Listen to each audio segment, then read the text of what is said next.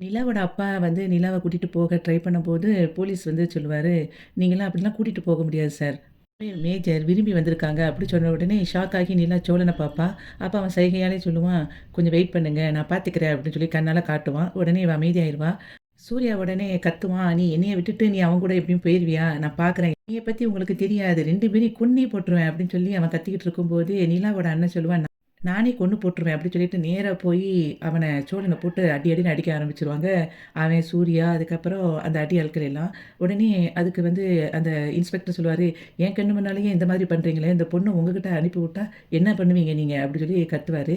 உடனே நிலா சொல்லுவா, "சார் நானா தான் சார் வந்தேன். நான் தான் வந்து ஊர விட்டு கிளம்பணும் அப்படின்னு சொல்லிட்டு முடிவெடுத்தேன். இதுக்கும் அந்த சோழனுக்கும் எந்த சம்மந்தமும் கிடையாது." அப்படின்னு அவ சொன்ன உடனே, அதுக்கு வந்து இன்ஸ்பெக்டர் வந்து அவங்க அப்பா பார்த்து சொல்லுவாரு, "இதுக்கு மேல நான் என்ன சார் பண்ண முடியும்? ஒண்ணும் பண்ண முடியாது." அப்படின்னு சொன்னோனே, "நானே பார்த்துக்கிறேன்ட்டு" டக்குன்னு ஃபோன் எடுத்துட்டு வேகமா போவாரு நிலாவோட அப்பா.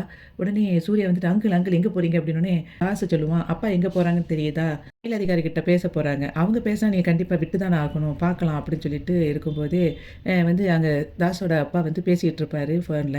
யார்கிட்டயோ நெறைய பேசிக்கிட்டே இருப்பாரு. அந்த சமயத்தில நிலாவ வந்து அந்த இன்ஸ்பெக்டர் உட்காருமா அப்படின்னு சொல்லும்போது, அவ உட்காந்துருவா. பக்கத்தில சோழன் நிப்பான். அப்ப இவன் வந்து அவன்கிட்ட சொல்லுவா, என்னால தான் இந்த பிரச்சனை. நான் மட்டும் அவனுக்கு ஃபோன் பண்ணாம இருந்திருந்தா, இந்த மாரி நடந்திருக்கவே நடந்திருக்காது. யாருக்கும் தெரிஞ்சிருக்காது. நான் நேரா சென்னையிலேயே போய் ஒரு ஹாஸ்டல்ல இருந்திருப்பேன்.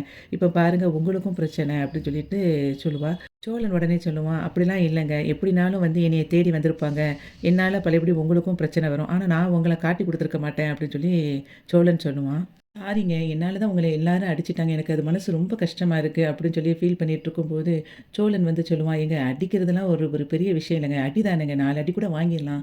ஆனா உங்கள இங்கேருந்து அவங்க கூட்டிட்டு போயிட்டாங்கன்னா, நீங்க எவ்வளோ கஷ்டப்படுவீங்கன்னு தான் நான் யோசிச்சேன். உங்கள எப்படியாவது சென்னையில கொண்டு போய் நானு கூட்டிட்டு போயிரணும் அப்படிங்கிறத மட்டும் தான் நான் யோசிச்சுக்கிட்டு இருக்கேன்." அப்படின்னு அவன் சொல்லிட்டு இருப்பான். அப்போ நிலா சொல்லுவா, "இதுக்கு மேல நான் வந்து அவங்க கூட போனா அது சரி வராதுங்க. என்னைய எப்படியாவது வந்து சென்னைக்கு கூட்டிட்டு போயிருங்கன்னு" சொல்லிட்டு ஃபீல் பண்ணிட்டு இருப்பா. அப்போ சோழன் வந்து நிலாவோட கைய பிடிச்சுட்டு, "நீங்க கவலைப்படாதீங்க. உங்கள நான் வந்து பத்திரமா கூட்டிட்டு போகுறது என்னோட பொறுப்பு." அப்படின்னு சொல்லிட்டு இருக்கும்போதே, அவளும் வந்து அவன் கைய அப்படியே வந்து பிடிச்சுக்கிட்டு, தேங்க்ஸுங்க." அப்படின்னு சொல்லிக்கிட்டு இருப்பா.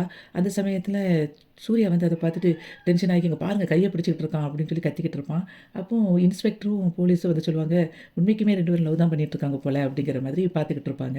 அதுக்கப்புறம் இன்ஸ்பெக்டர் வந்து சூர்யாவ அங்க வெளிய கூட்டிட்டு போ சொல்லிருவாங்க. உடனே அவன வந்து எல்லாரும் கூட்டிட்டு போயிருவாங்க. சூர்யாவ வெளிய கூட்டிட்டு போன பிறகு, சோழன வந்து கண்ண காட்டி வெளிய அங்கிட்டு கூட்டிட்டு போ சொல்லுவாரு போலீஸ்கிட்ட. உடனே போலீஸ் வந்து அவன கூட்டிட்டு போவாங்க அந்த சைடு.